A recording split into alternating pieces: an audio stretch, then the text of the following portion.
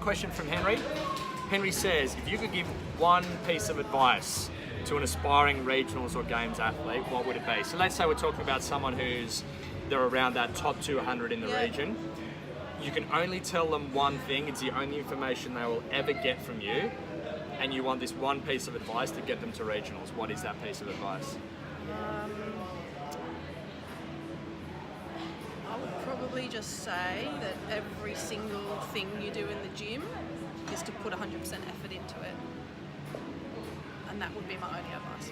Because it's very easy to, and I've been guilty of it in the past, is just go through the motions and do your training and not give yourself 100%, I think. And it becomes a habit. So I think I've changed a bit this last year as well, or last year and a half, because I just realised you have to give every single session 100%. And so now if I can't give 100% to a session, I'll come back to it later. So that's sometimes why I'll train 3 times, because I'm too tired, I can't give 100%. I'm not doing it right now. And that way I think you get more out of it, and it's a good habit to get into, and you'll improve the fastest you could improve. So that would be my main advice. Cool. I think the part of that I like the most is when you said it becomes a habit. So you've been excellent. Excellence is a habit. But how do you build that habit? How could a potential regionals competitor, how do they do that? So you're saying this is what you need to do. How do they build that habit?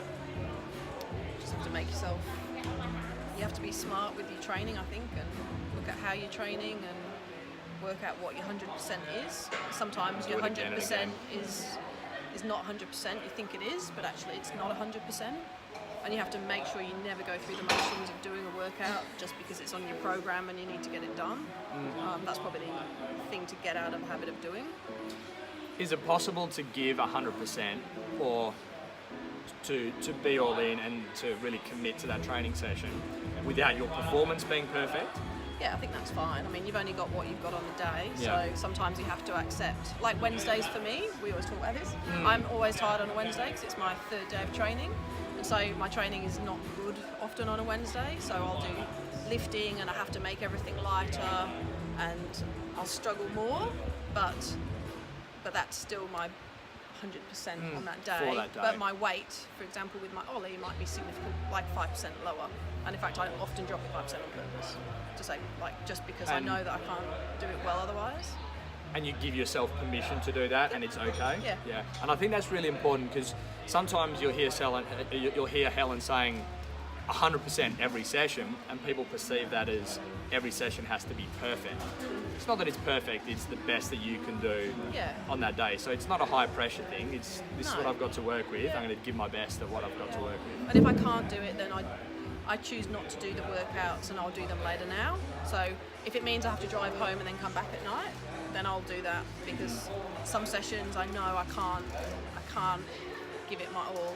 Like I'm either too tired, or it's too close to another workout, or I don't know. So often I'll come back. But that's something I've really tried to embrace in this last 18 months, I think. Cool. And it's good. Are you enjoying it more now?